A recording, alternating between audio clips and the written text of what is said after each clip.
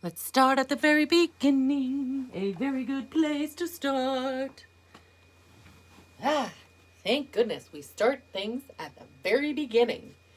Today's lesson is brought to you by the number 12 because we are covering Dr. Stephen Lucas's Chapter 12, Using Language in The Art of Public Speaking, 13th edition. Today's presentation is also brought to you by the letter H. Now, you know that sounded really kind of strange, right? Please don't say today's presentation. Start with something fun like, start at the very beginning, a very good place to start. And then you can launch into the fact that the reason this is brought to you by the letter H is because I'm Heidi and that's Harry. Harry, giving a speech. Didn't he just drop out of public life? That could be another speech. Using a lot of fun language, let me tell you. Okay, using language.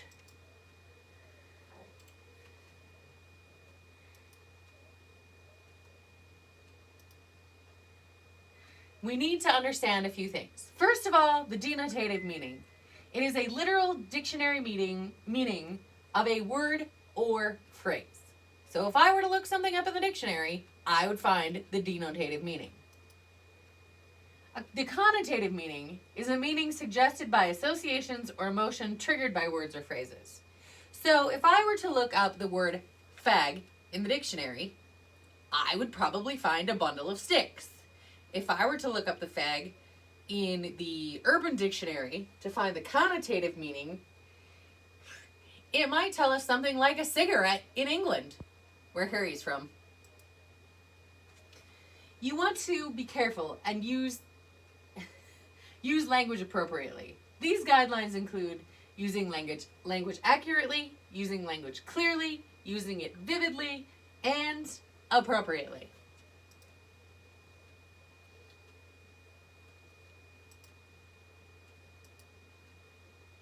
So we want to use imagery. This is creating mental images of objects, actions, or ideas. When we're using imagery, we want to avoid abstract words. The references to general concepts, qualities, and attributes are abstract words. In other words, large, a plethora, a ton. In fact, I was helping at the grocery store the other day, shopping for people who cannot shop during the coronavirus. And one of the ladies said, "This person ordered a shit ton." And I was like, I know what that is. It's a ton of shit. I don't think she thought I was very funny.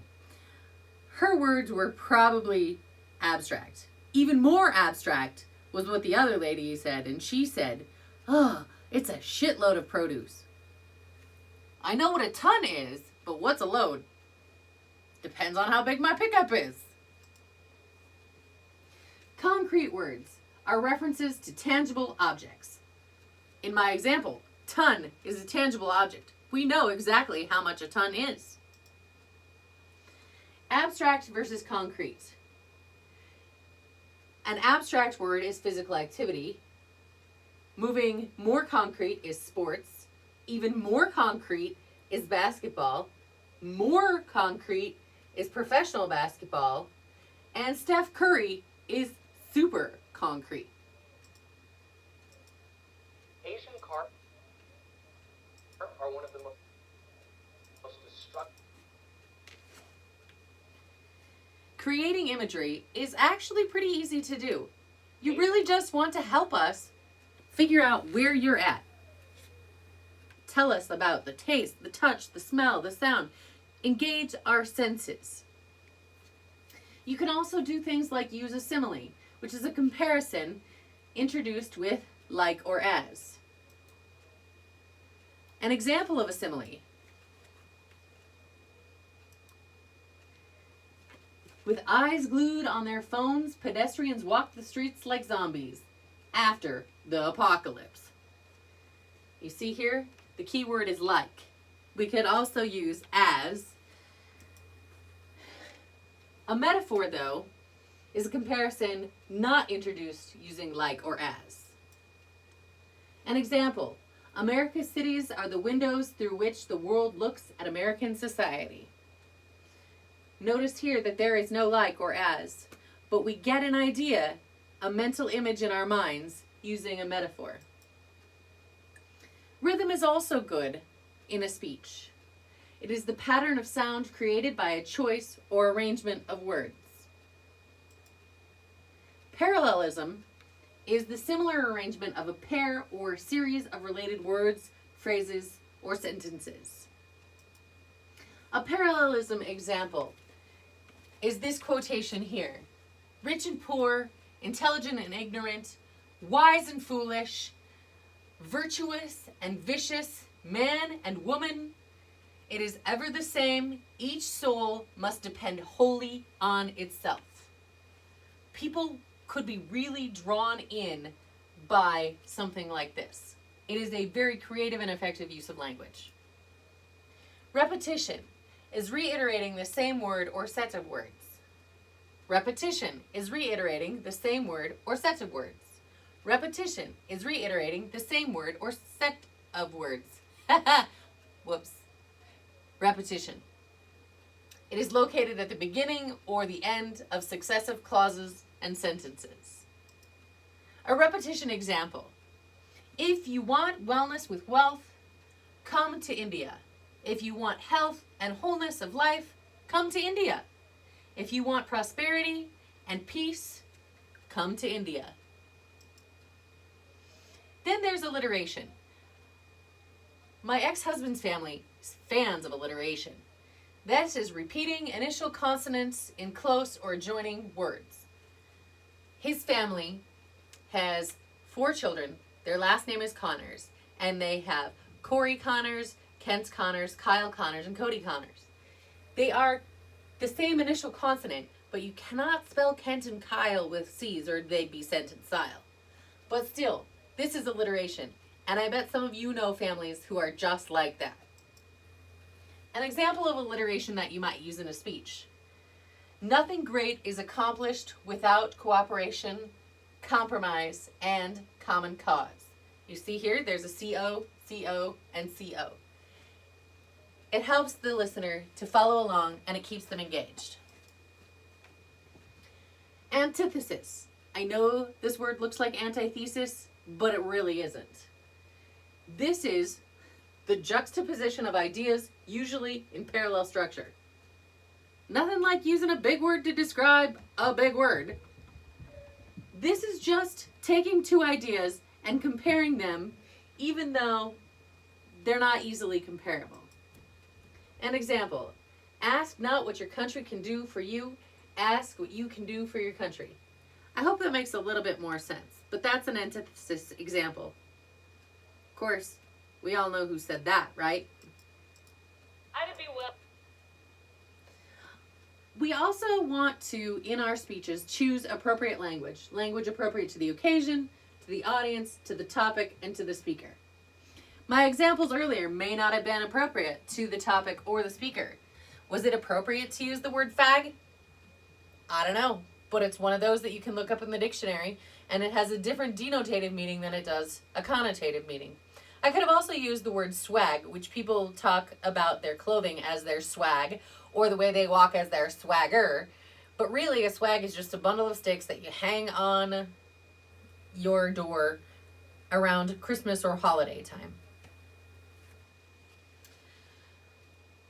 I also maybe shouldn't have said the word shit, but it was the only word my mom allowed. My mom majored in journalism, and we couldn't use profane language growing up because my mom always said we could think of a word better than a cuss word to use.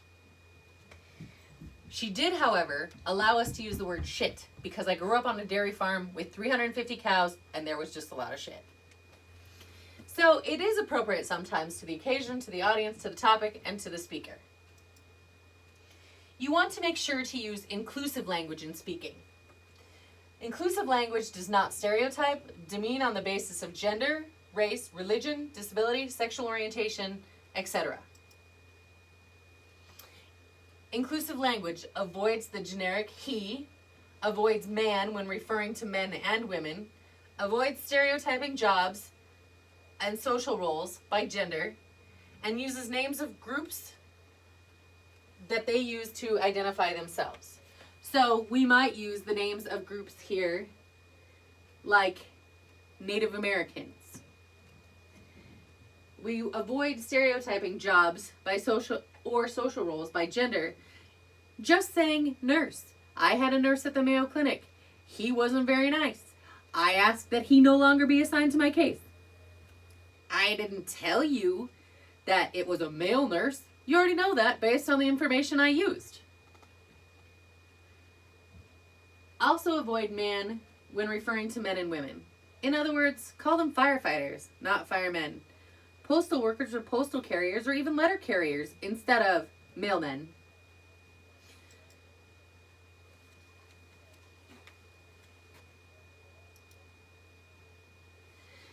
So here's some examples from Dr. Lucas's book that we'll just go through quickly. Avoiding generic he. Something that is more effective. Each time a surgeon walks into the operating room, he or she risks being sued for malpractice. Because guess what? Men and women can both be surgeons. Ineffective. If a large comet struck the Earth, it could destroy all of mankind. This is an ineffective use of man. A more effective use of man would be, or a more effective use of this generic term would be, if a large comet struck the Earth, it could destroy all human life. Stereotyping, something we've discussed earlier. An ineffective use of language would be, being a small businessman in the current economic climate is not easy. We could say, being a small business person or a small business owner in the current economic climate is not easy. Self-identifiers. Ineffective would be, the Paralympics show what handicapped people can accomplish in the athletic arena. Better would be, the Paralympics show what people with disabilities can accomplish in the athletic arena. Now you know why this was brought to you by the letter H and the number 12.